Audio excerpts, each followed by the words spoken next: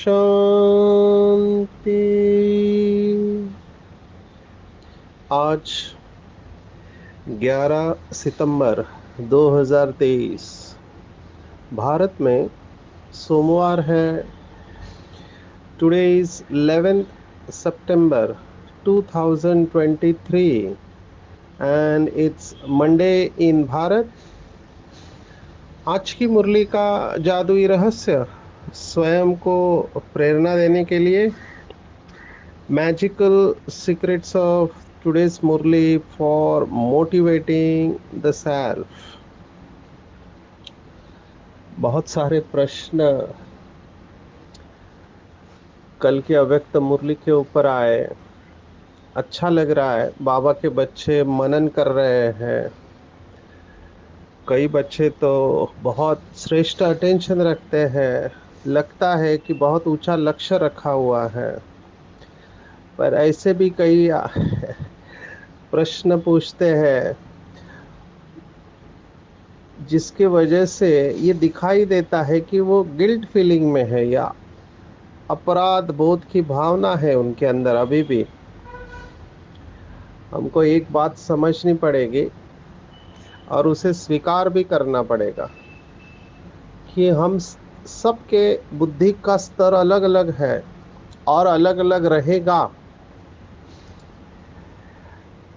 इसको मैं डॉक्टर्स के सेशन में या जहाँ पर भी सेशन लेता हूँ, मैं इसको ओम पावर कहता हूँ। मुझे इसके बारे में भी लोग कहते हैं कि आप ओम की ध्वनि इतना लंबा क्यों करते हैं और ये भक्ति मार्ग की तरह लगता है। तो थैंक्स फॉर योर फीडबैक। आप सबके फीडबैक के लिए बहुत बहुत शुक्रिया। ओम के बारे में कहा गया है तो बहुत सारा इसके ऊपर रिसर्च हुआ है। आप देख सकते हैं, इसके ऊपर काफी रिसर्च हुआ है। अभी मैं मधुबन में था, मधुबन से जल्दी आया मुंबई, क्योंकि यहाँ से वापस सेवा के लिए जाना है। नवरत्न कंपनी, आप सब जानते होंगे पढ़े लिखे बाबा के बच्चे, कि भारत में जो कंपनियां बहुत अच्छा कर रही है उनको नवरत्न का टाइटल मिलता है। तो ऐसी एक नवरत्न कंपनी है महाराष्ट्र में, रायगढ़ डिस्ट्रिक्ट, समुंदर किनारा है अलीबाग का। गेल इंडिया, गेल इंडिया कंपनी का नाम है। तो वहाँ पे सेशन है और भी कई सारे प्रोग्राम है। तो डॉक्टर्स कॉन्फ्रेंस में मैं देख रहा था कि जब सेशन पूरे होते थे कई डॉक्टर्स बात करते थे, उनको कई सारे प्रश्न आते थे और हम समझ सकते हैं वो प्रश्न कहाँ से आते हैं। तो एक डॉक्टर आया मेरे साथ बात करने लगा कि भाई साहब आपका सब अच्छा है, लेकिन आज हमने आत्मा के चैप्टर में सुना कि मन और बुद्धि आत्मा के ऑर्गन्स है। हम तो समझते थे कि ब्रेन का हिस्सा है वो, बुद्धि माना ब्रेन, और मन भी ब्रेन का हिस्सा है, माइंड पावर कहते हैं, माना ब्रेन पावर कहते हैं। तो उनको मैंने जवाब दिया कि कैसे कंप्यूटर अलग है और कंप्यूटर का ऑपरेट करने वाला अलग है। उसके बाद भी उनके प्रश्न बहुत सारे आ रहे थे। तो फिर मैंने उनको कहा कि सर विद ड्यू रेस्पेक्ट, आप आम खाना चाहते हैं या पेड़ गिनना चाहते हैं कितने आम के पेड़ है? तो कहते हैं नहीं, आम खाना चाहते हो। तो फिर मैंने उनको यही कहा कि आप योग में आप अनुभव करो, क्योंकि जैसे ही हमको अनुभव होता है ना, प्रश्न वहां पे समाप्त हो जाते हैं। नहीं तो कई लोगों का ये संस्कार होता है एनालिसिस करने का। अनफॉर्चुनेटली हमको वर्तमान शिक्षा पद्धति विश्लेषण करना सिखाती है। अभी विश्लेषण एक अच्छा तरीका है, लेकिन अंग्रेजी में कहावत है कि एनालिसिस इज पैरालिसिस। उसमें टू मच नहीं जाओ, और कई लोगों के प्रश्न रुकते ही नहीं है, एक के पीछे एक, एक के पीछे एक। आप एक प्रश्न का जवाब दो तो दूसरा आएगा, उसका जवाब दो तो तीसरा आएगा। अभी इनका कोई दोष नहीं है, किसी का कोई ड्रामा में दोष नहीं है। जड़ में जाना चाहिए जहां से प्रश्न ही समाप्त हो जाए, और प्रश्न तब समाप्त होते हैं जब हमको अनुभव होता है। अनुभूति होने के बाद आप शांत स्वरूप अवस्था में जाते हैं। एक प्रश्न है जो साइंटिस्ट पूछते हैं, जैसे हमारा बाबा का एक बच्चा है साइंटिस्ट, अभी बहुत इंटेलिजेंट है, बुद्धिमान है। वो बहुत सालों से एक ही स्टडी कर रहा है, ओनली वन पॉइंट एजेंडा है उस आत्मा का, कि आत्मा और ब्रेन का कनेक्शन कैसे होता है, ये इंफॉर्मेशन कैसे ट्रांसफर होती है, माने कनेक्शन क्या है दोनों का। आत्मा मेटाफिजिकल है, अशरीरी है, और ये शरीर है, तो ये पांच तत्वों का शरीर और आत्मा ये कैसे जुड़े हुए हैं एक दूसरे के साथ। अभी इतना फोकस एक ही सब्जेक्ट को लेके इतने साल तक चलना, इसके लिए बहुत बहुत दृढ़ता चाहिए। ऐसे ही दूसरा एक भाई है, वो इतने सालों से मैथमेटिक्स वाला है, वो लगा पड़ा है कि कैसे 5,000 साल का चक्र है। ये साइंटिस्ट की मानना पड़ेगा, दृढ़ता की शक्ति जबरदस्त होती है। और वो अपने आप को बंद कर देते हैं, किसी से मिलते नहीं है, एकांत में चले जाते हैं, क्योंकि उनको पता है जो भी बड़े डिस्कवरी होते हैं वो एकांत में होते हैं। तो मैं सभी को यही बात कह रहा हूँ। अभी कल की मुरली के ऊपर भी प्रश्न आए, कई सारे प्रश्न आए, तो मैं एक ही बात कह रहा हूँ, there is nothing wrong with question, प्रश्न आना चाहिए। लेकिन प्रश्नों के वजह से आप स्टकअप मत होना, कहीं पर भी अटक नहीं जाना। अनुभूति की कक्षा में जाओ, अनुभूति की कक्षा में जाएंगे तो फिर प्रश्न धीरे धीरे कम होने लगेंगे। आज की मुरली में पूरी भगवत गीता है। आज की मुरली में दूसरा अध्याय, तीसरा अध्याय, 18वां अध्याय, ऐसे बहुत सारे श्लोक आया है। द क्लासिकल श्लोक जो आज की मुरली में आया है, सार में ही आया है, कि बाबा ने कहा इस शरीर रूपी कपड़े को भूलते जाओ और अपने को अशरीरी आत्मा समझो। अभी एक व्यक्ति कॉन्फ्रेंस में आए थे, उनका जवान बेटा 24 साल का, 2 दिन के अंदर उसका शरीर छूट गया। एक ही बेटा था, तो बहुत शॉक में थे। तो उनका काउंसलिंग किया, वो कहते हैं कि ऐसा क्या किया हमने, हमारे से ऐसा क्या पाप हुआ कि उसका शरीर छूट गया।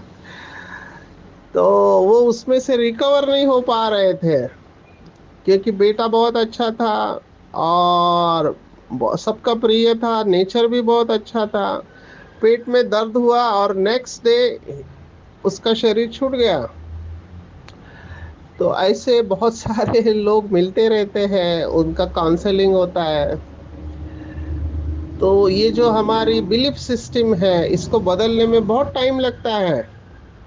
मान्यताओं को बदल जाएंगे तो आपके विचार बदलेंगे, और विचार बदलने से आपका डेस्टिनी या भविष्य बदल जाता है। तो ये जो सांख्य योग का तत्व ज्ञान आया हुआ है भगवत गीता में, it answers all of our question. Actually Bhagavad Gita दूसरे अध्याय में ही समाप्त हो जानी चाहिए, उसके बाद किसी ज्ञान की जरूरत नहीं है।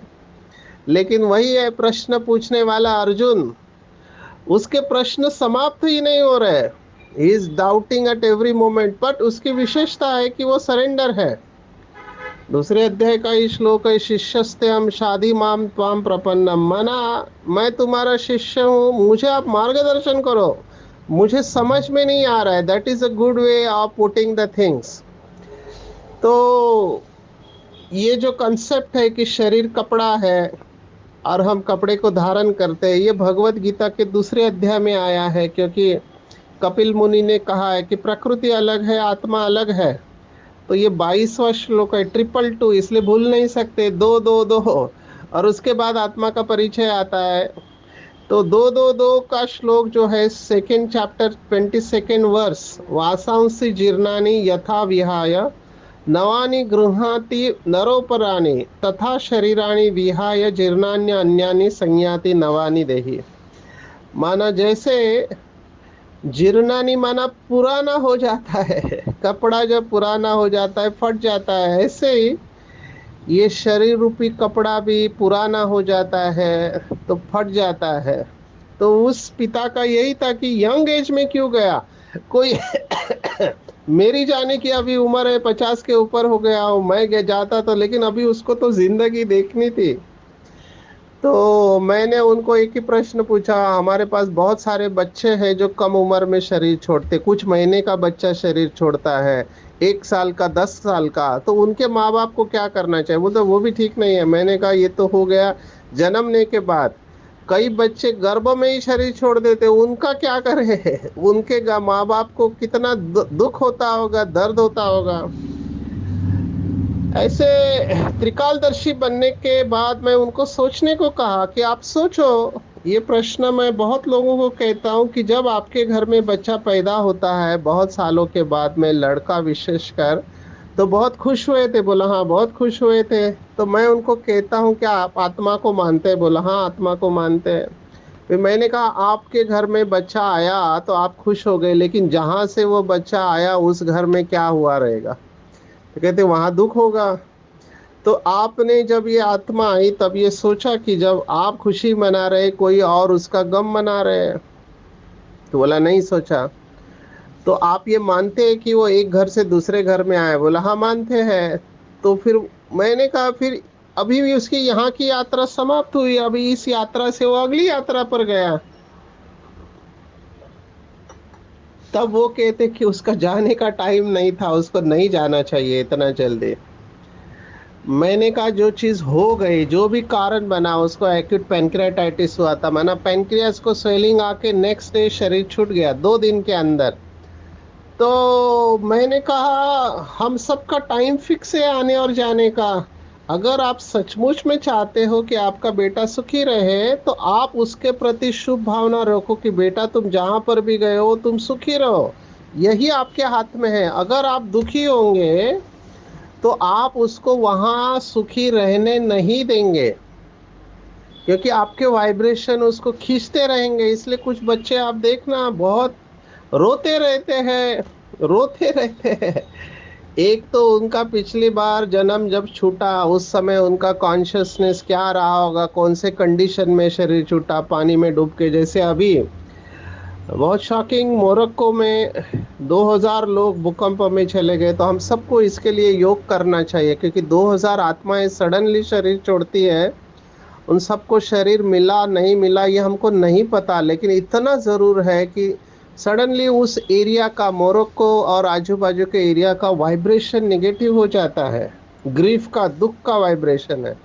तो हमारा ये कर्तव्य बनता है कि हम बाबा के बच्चे ऐसे जगह पर वाइब्रेशन भेजें, परमात्मा के शांति के वाइब्रेशन। तो ये जो श्लोक है हमारे अंदर के लॉस की फीलिंग को निकाल देगा। बाबा ने कहा शरीर के कपड़े भूलते जाओ, अपने को अशरीरी आत्मा समझो।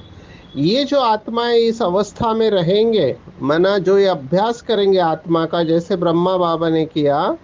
ब्रह्मा बाबा ने इसी अभ्यास के ऊपर नंबर लिया कि मैं आत्मा हूँ, यशोदा आत्मा है, फलाना आत्मा है। सबको आत्मिक दृष्टि से देखेंगे तो विकर्म विनाश जल्दी हो जाते हैं। और मोह जो बाबा ने कहा, अटैचमेंट, ये अटैचमेंट भी जल्दी खत्म हो जाता है। सबसे बड़ा हमारा दुश्मन वैसे तो सभी विकार है, जैसे कल की मुरली में था, और इनके आपस में यूनिटी है, लेकिन अटैचमेंट ये एक ऐसा विकार है, बाबा ने कहा, जिसको भगवत गीता भी एक्सेप्ट करती है। नष्टो मोह कहा गया है, नष्टो क्रोध नहीं कहा गया है, नष्टो काम नहीं कहा गया, नष्टो मोह कहा गया है। क्योंकि अटैचमेंट ही हमें डिटैच होने नहीं देती है। आज की मुरली का एक एक शब्द, बहुत कई बार मुरली के शब्द ऐसे होते हैं कि आप उसको लाइटली नहीं ले सकते।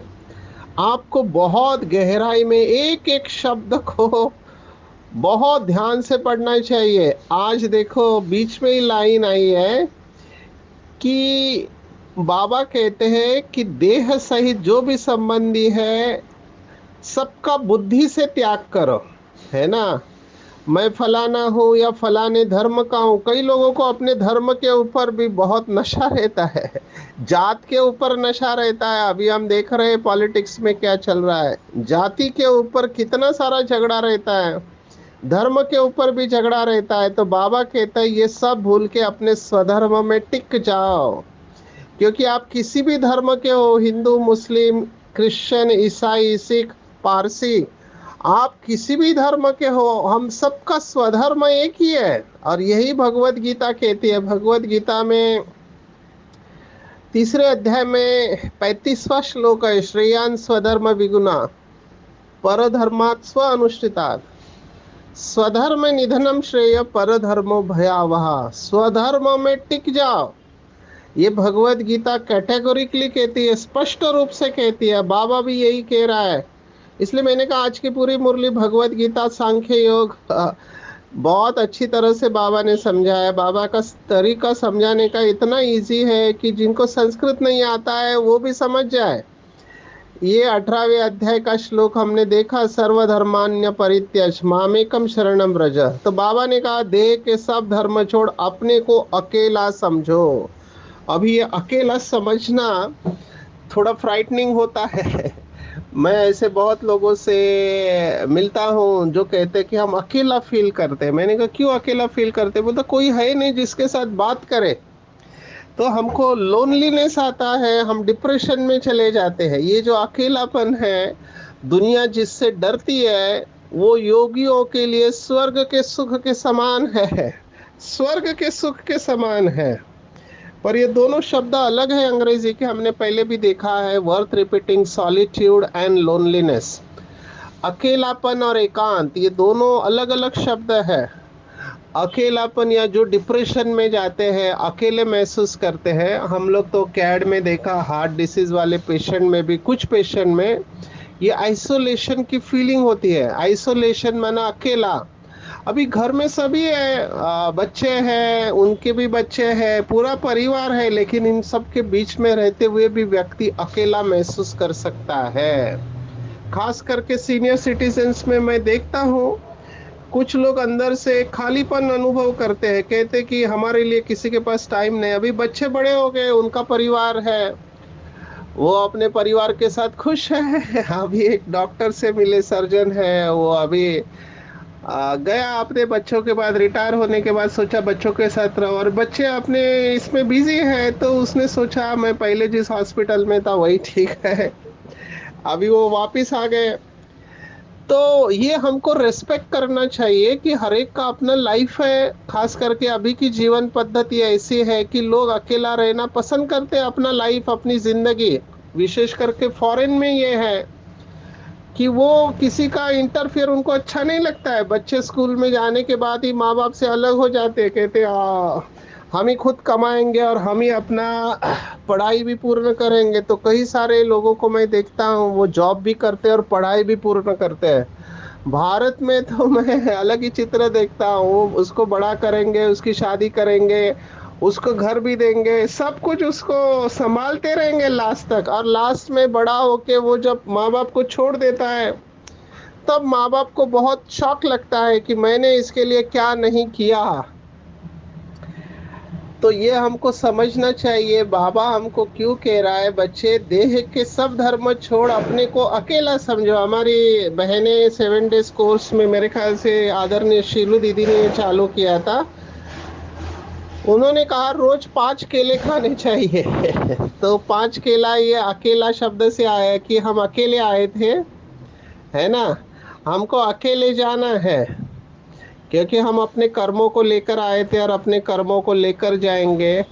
तो हमको अकेले में, माना एकांत में अकेले बनकर, जिसको कबीर ने भी कहा मन का फेर दे, तुरंत मिला दो। तो माना कबीर कह रहा है कि आप वो माला का मन का हाथ से तो फेर रहे हैं, मुख से राम राम राम राम या अल्लाह या जो भी आप कह रहे हैं, गॉड, लेकिन आपका मन तो नहीं लग रहा है परमात्मा में। तो कबीर कहता है मन का फेर दे। तो यही बात है, अकेले आए थे, अकेले जाना है, अकेले में अकेले बनकर अकेले बाप को याद करना है। तो ये 5 केले खाने चाहिए रोज, तो ये मुझे क्रक्स लगा पॉइंट, देह के सब धर्म छोड़ अपने को अकेला समझो। मैं अपना अनुभव सुनाना चाहता हूँ कि ड्रामा प्लान अनुसार ये कैसे शिफ्ट हुआ मुझे समझ में नहीं आ रहा है, क्योंकि मैं बहुत होमसिक रहता था। मुझे याद आ रहा है एमबीबीएस की पढ़ाई के लिए रोज अप डाउन करना पड़ता था हमारे घर से दूर। तो 2.5 घंटा जाने का, 2.5 घंटा, 5 घंटा, अभी एग्जाम में इतना टाइम कैसे वेस्ट कर सकते हैं। इसलिए कॉलेज के पास एक रूम लेके रहने की कोशिश किया, लेकिन 2 दिन में मैं भाग आया क्योंकि घर वालों की याद आती थी। अभी आप सोचो, इतना अटैचमेंट घर वालों के साथ होते हुए अभी अभी ये हालत है कि मुझे बिल्कुल नहीं लगता है किसी से बात करे। मैं सोच रहा हूँ इतना ट्रांजिशन कैसे हुआ।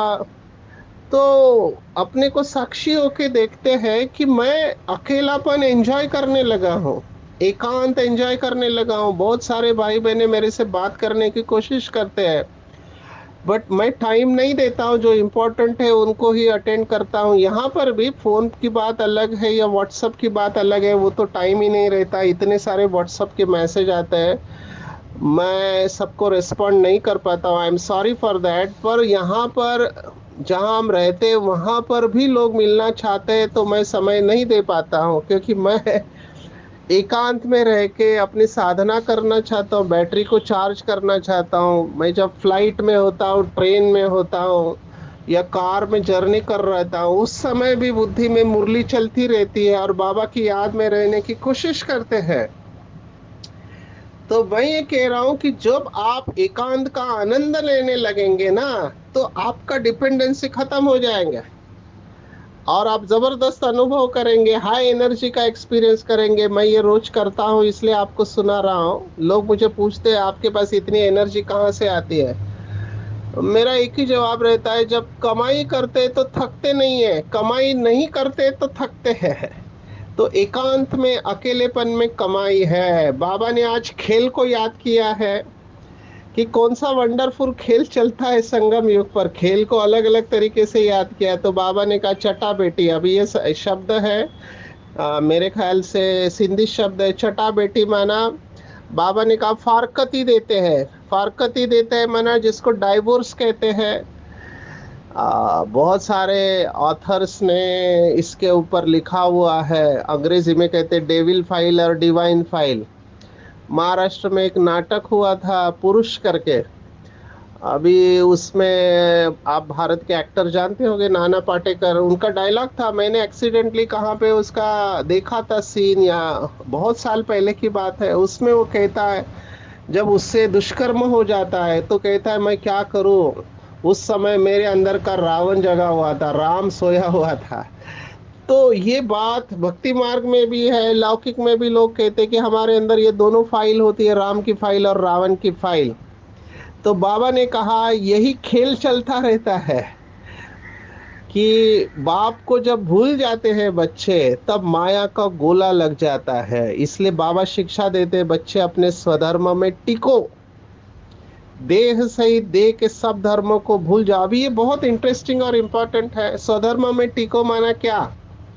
स्वधर्मों में टिको माना आपको सोल कॉन्शियस स्टेज की गहराई में जाना चाहिए। बाबा कहता है कि कई बच्चों के ऊपर माया का वार हो रहा है, मुझे दिखाई दे रहा है, लेकिन जब तक वो सोल कॉन्शियस नहीं होंगे मैं उनको शक्ति दे भी कैसे सकता हूँ। अभी कुछ दिन पहले बाबा ने मुरली में कहा था कि मुझे दिखाई दे रहा है बच्चों ने माया को पकड़ा हुआ है, मैं जबरदस्ती छुड़ा भी लो जिस चीजें, जो चीजें बच्चों को परेशान कर रही है, लेकिन फिर उसका उतना फल नहीं मिलेगा।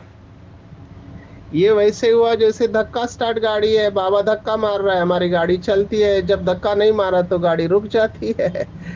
तो स्वधर्मों में टिक जाओ, अपने आप को बार बार बार बार लगातार लंबे समय तक ये अभ्यास करो कि मैं पुरानी दुनिया और पुराने शरीर में मेहमान हूँ और महान हूँ। तो ये खेल है, कभी माया खींचती है, कभी बाबा खींचता है। लेकिन कुछ भी हो जाए, मैं फिर से कह रहा हूँ अपने अनुभव के आधार पर और बहुत सारे भाई बहनों के अनुभव के आधार पर कह रहा हूँ कि कुछ भी हो जाए, माया का कितना भी तूफान आए, डटे रहो। डटे रहो माना हम अंग्रेजी में कहता है, आ, अंग्रेजी में स्ट्रेस मैनेजमेंट का जब सेशन लेते हैं तब हम ये कहते हैं कि face it, fight it and finish it, meet the stress, beat the stress, greet the stress and conquer the stress. So meet them, greet them, beat them and conquer them, or face it, fight it and finish it. तो हिम्मत नहीं हारना है, माया last तक आती रहेगी, percentage बदलते जाएंगे, चटाबटी का खेल है ना, हार जीत की लड़ाई है, दोनों तरफ शक्तिशाली है, माया भी शक्तिशाली है तो भगवान भी शक्तिशाली है। तो माया कोशिश करेगी आपको हिलाने की, लेकिन जो निश्चय बुद्धि है, जैसे कल की मुरली में आया था, निश्चय बुद्धि है और जो बाप की याद में रहने का पुरुषार्थ करते हैं, अशरीरी रहते हैं, है ना, बाबा से बातें करते रहते हैं, तो बाबा हमारे साथ है। और जब बाबा हमारे साथ है तो माया कुछ नहीं कर सकती। जैसे छोटा बच्चा होता है, अकेला रहता है तो वो डर जाता है, लेकिन मम्मी पापा उसके साथ है तब वो डरता नहीं है। तो ये हमारे माता पिता शिव बाबा, इसको साथ में रखना है। संगम युग का लाइफ बहुत वैल्यूएबल है। बाबा ने ये भी कहा कि ये बात गीता में नहीं है, इसलिए बाबा ने कहा सच्ची गीता सुनाओ। गीता को माई बाप कहा, इसका थोड़ा रेफरेंस देंगे। आचार्य विनोबा भावे ने जो गीता लिखी है उसका नाम है गीता ही। उन्होंने गीता को माता कहा है। बाबा भी कह रहे गीता माता है। क्या कनेक्शन है? बाबा इस आत्मा को इतना क्यों याद कर रहा है? सर्वोदय लीडर जिसने गीता के ऊपर भाष्य किया 1932 में। आपको अगर ये लेक्चर मिले तो ज़रूर सुनना, हिंदी में अवेलेबल है, इसका ऑडियो भी अवेलेबल है। ये कैदियों के सामने, जो राजकीय कैदी थे, जो अंग्रेजों ने जेल में डाला था उनको, वर्धा, वर्धा एक जिला है महाराष्ट्र में, जहाँ पे महात्मा गांधी का आश्रम था, आचार्य विनोबा भावे का भी आश्रम था। तो कैदियों के सामने उन्होंने ये प्रवचन दिए थे, और इसको गीता ही इसलिए नाम दिया क्योंकि उनकी माता को गीता में इंटरेस्ट था। उन्होंने अनुभव सुनाया कि वो बड़ौदा में जब थी, 1915 की बात है, तब वो गीता प्रवचन सुनने गई थी, लेकिन उसको समझ में नहीं आया क्योंकि सुनाने वाला बहुत ऊंची भाषा इस्तेमाल करता था। तब उनकी माताजी ने उनको कहा कि विनु, वो विनोबा को विनु कहते थे, कि इस गीता को सरल भाषा में तुझे बनाना चाहिए। तब उन्होंने ये माताजी से प्रेरणा ली और ये भगवत गीता के ऊपर प्रवचन फेमस हो गए, और उसको उन्होंने नाम दिया गीता ही। आप कब धुलिया घूमने जाओ तो वहाँ पे टूरिस्ट प्लेस है, आज लोग वहाँ पे देखते हैं कि पूरी गीता ही कैसे पत्थर पे लिखी हुई है।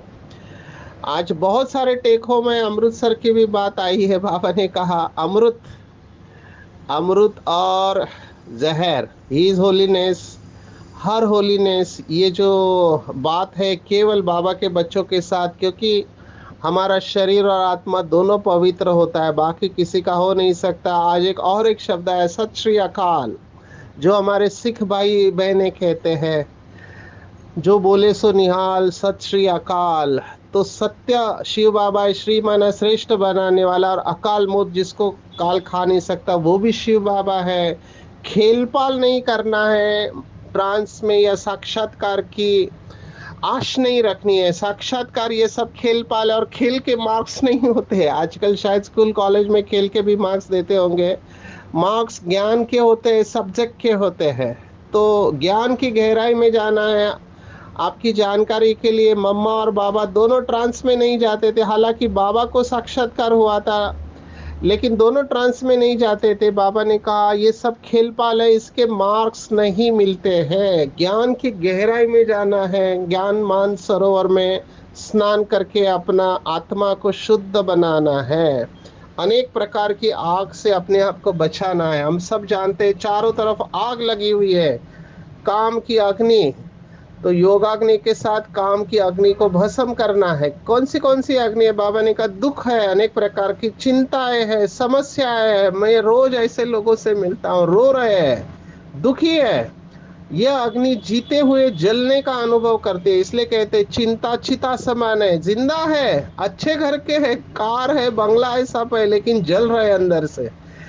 तो बाबा ने कहा कि आप इसमें से निकल आए हो क्योंकि आप शीतलता के सागर के कंठे पर बैठे हो, अतीन्द्रिय सुख की प्राप्ति में समाये हुए हो। इसलिए मैं कहता हूँ समाये हुए रहो, अनुभूति में जाओ।